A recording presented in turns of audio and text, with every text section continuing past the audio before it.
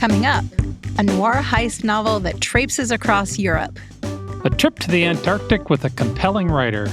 Plus, our distraction of the week. I'm Mel. I'm Dave. This is the Library of Lost Time. I've recommended the work of author Christine Mangan before.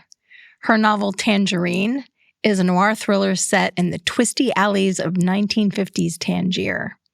It has two unreliable heroines and really stunning descriptions of the scenery, the heat, and the tension of post-World War II Morocco.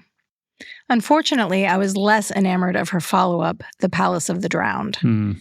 That one was set in 1960s Venice, and again features the fraught relationship between two prickly women. She is very, very good at creating atmosphere and transporting you to the settings of her books. In The Palace of the Drowned, there's a devastating storm in Venice, and even though the story didn't win me over, I felt like I was right there, ankle deep, in that deadly, cold, terrifying rising water. Her new book is The Continental Affair.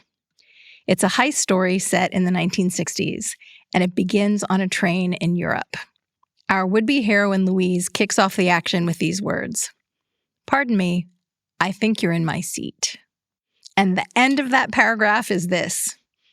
Henri wishes suddenly that it were still early morning, that he were back in the Hotel Metropole, that he had more time.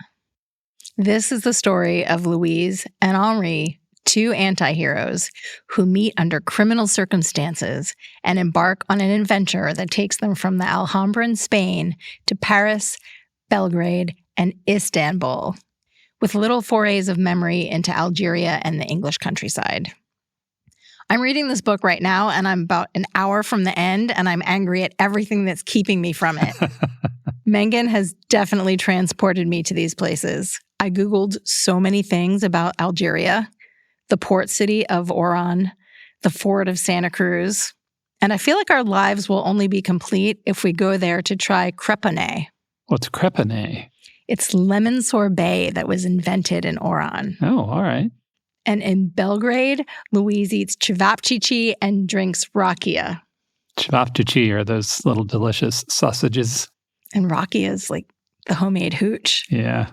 Travelogue bits aside, this novel is giving me major Daphne du Maurier and Alfred Hitchcock vibes. Yeah, over the summer we watched The Lady Vanishes, and I kept thinking about that when you were doing the description. They definitely share some DNA. Both are very tense. The characters have murky motives, and there's a probably doomed love story.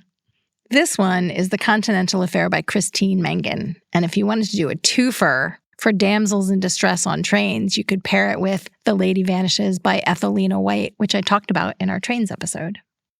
In 2017, a ship full of scientists set out to research one of the glaciers in the Antarctic. The glacier's name is the Thwaites Glacier, but some call it the Doomsday Glacier. Yikes. Yeah, it's about the size of Washington State, and if it melts, it could add 2 feet to the sea level all on its own. Wow. Yeah. No human had ever seen it up close. That's how remote it is. So a whole bunch of people thought maybe we should go down there and do some science. They all get on a ship called the Nathaniel B. Palmer. One of the people on that ship was Elizabeth Rush. She's a writer. She'd previously written a book called Rising, Dispatches from the New American Shore. That book is about how climate change is affecting the states. It was a finalist for the Pulitzer. She'd gotten an invitation to go on the Nathaniel B. Palmer and immediately said yes.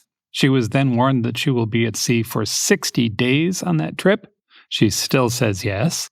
When she gets to the ship for 60 days, crossing some of the roughest seas in the world to study an event that will probably reshape the planet, she is pregnant.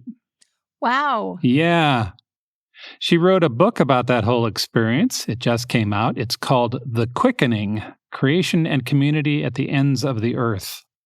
Based on the chapter that I read, Rush has written the book that I want to read about the Antarctic. She writes about the experience with details that bring it to life for me. She describes her clothes and how she decided what to wear. She writes about the bar she visited on the night before the launch and the people that are with her and what they brought for the trip. That list includes hundreds of bags of Yorkshire tea, pounds of chocolate, and a copy of the movie Mean Girls. And she describes the people in a way that feels literary, like her writing is just fantastic. And then she talks about the science with sort of only the expectation that the reader is curious, right? It is a nonfiction, true-to-life thriller with a strong literary bent, and I can't wait to read it. It's The Quickening, Creation and Community at the Ends of the Earth by Elizabeth Rush. That sounds really good. And I also am curious about reading it because there was a time when I was very into books about Arctic and Antarctic exploration. Yeah. But then I had to stop reading them because all of them were about wealthy white men who wanted to secure their legacy for the future. So the idea of reading a book written by a woman now is really compelling. She writes about that in her research. She went to a nearby university library and pulled all the books on the Antarctic, and they are pretty much all about men rushing to the bottom of the pole to get there first and eating their dogs to do so and such. Yeah. And she was like, wow. Distasteful. Yeah, a little bit. Anyway, that sounds great. And now our distraction of the week. If you're listening to this on release day, the Edinburgh Fringe Festival wraps up this weekend. It started in 1947. I had no idea it'd been around that long. Yeah, me either. And it's since become one of the world's largest arts festival and one of the biggest ticketed events in the world. Only the Olympics and the World Cup attract more people. Huh. Yeah. The festival might be primarily known for its comedy, which is well represented with stand-up and sketch and improv, but it also hosts theater, dance, circus, cabaret, children's shows, streets artists, and increasingly musicals. There were over 3,000 shows this year. Wow. Yeah, and more than 45,000 performances spread over 3 weeks. Artists come from all over the world to be seen there. Some recent successes that have come out of the Fringe include Phoebe Waller-Bridge's Fleabag, which started as a show there, and the musical Six, about the 6 wives of Henry VIII. That show went on to win a Tony when it went to Broadway, and it's currently touring through the U.S. Shows that were well-reviewed this year included a musical about NSYNC. That's fun. Told from the point of view of Chris Kirkpatrick, arguably the least popular boy in the boy band. Aw, Yep. poor Chris. Yeah. The first scene of that show is on Christmas Eve, 2009, and Chris is in a line at Starbucks in Hollywood recognized by no one. Oh, that's so mean. Yeah. The show is called Chris Kirkpatrickmas, a boy band Christmas musical. That sounds awesome. Yeah. The Guardian also enjoyed Shamilton, the improvised hip-hop musical. An improv group takes suggestions of famous names from the audience, picks one, and then creates a Hamilton-like musical around, say, Lady Gaga or Nicolas Cage. That show includes a live band, and the cast makes up songs on the spot with harmonies, backing vocals, and choreography. That sounds amazing. And also, like, being in the cast would be terrifying. Yeah. I think that's the gift of improv, right? Yeah. Let's see what happens. But it is not all light and pop references at the Fringe. Another well-reviewed show is from a Belgian theater company. It's called Funeral. The Guardian described it as a show where they use their remarkable powers of invention and persuasion to create a deeply respectful and communal environment in which to allow the audience, individually and collectively, to grieve. That is a very big undertaking. Right? 5 stars, said the reviewer.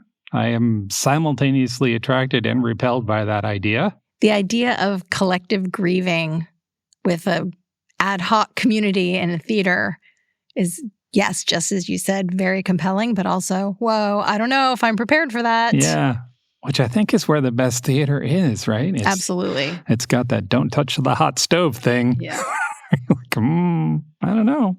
If you are away from central Scotland right now, you could make plans for next year's Fringe. At best, you'll see some fascinating and insightful theater, and at worst, you'll still be in Edinburgh. You could say hello to our friend Tom at Typewriter Books. You could enjoy a lovely tea at the National Gallery and then board a train for the Highlands. Have you been to the Fringe? Drop us a line and let us know about your experience. You can reach us at mail@strongsenseofplace.com. Visit strongsenseofplace.com/library for more on the Edinburgh Fringe Festival and all of the books we mentioned today. Thanks for joining us in the Library of Lost Time. Remember to visit your local library and your independent bookstore to lose some time yourself. Stay curious. We'll talk to you soon.